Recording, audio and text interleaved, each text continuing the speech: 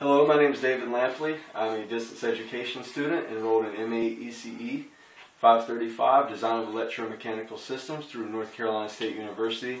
I live in San Diego, California, and what I'm going to be demonstrating today is an applied electromagnetics project. I'm going to be demonstrating Faraday's law of electromagnetic induction through an electric guitar.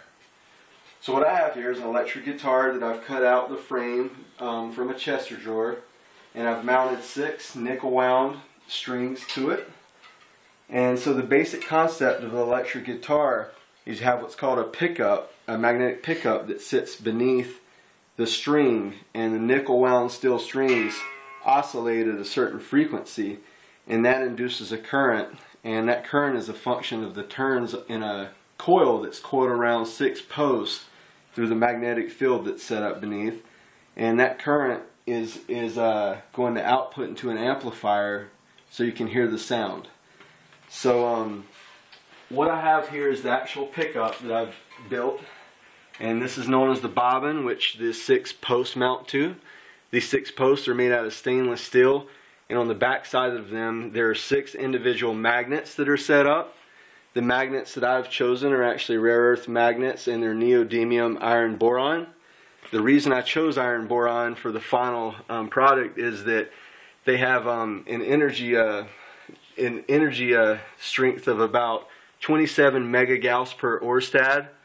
Now the Gauss is just a function of the magnetic flux, and the magnetic field intensity is in oerstads, and the product of the two is what I was really concerned with, which is 27 megagauss per oerstad.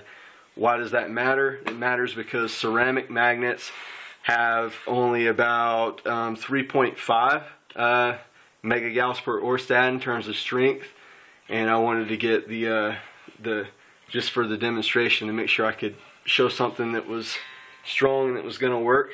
So the next thing, I kind of played with the wires.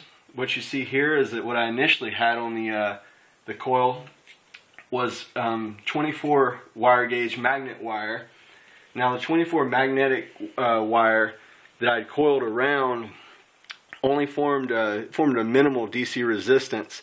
Now the minimal DC resistance is a problem because the tone of the guitar is actually a function of several things, but one of the most important is the DC resistance. And that DC resistance, what it does is it sets up a resonant frequency. So if you wanted to hear a higher treble tone, you would want a higher resonant frequency, and so forth. So what I'm going to show you here is how this works. And what I've used is 42 American wire gauge copper wire, and I've coiled it about 5,000 turns, and that 5,000 turns came up with a DC resistance of about 4.3 kilo ohms. So I'm going to go ahead and turn the amplifier on.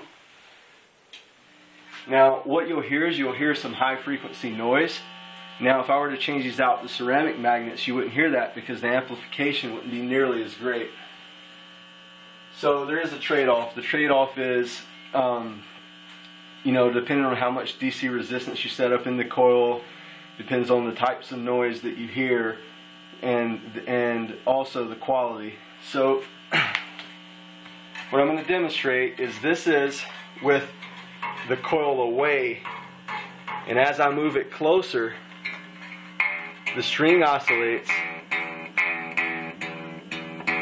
String oscillates. A current is induced in the coil, and that current is a function of the frequency of the string itself. And as I move it even closer, it's much stronger.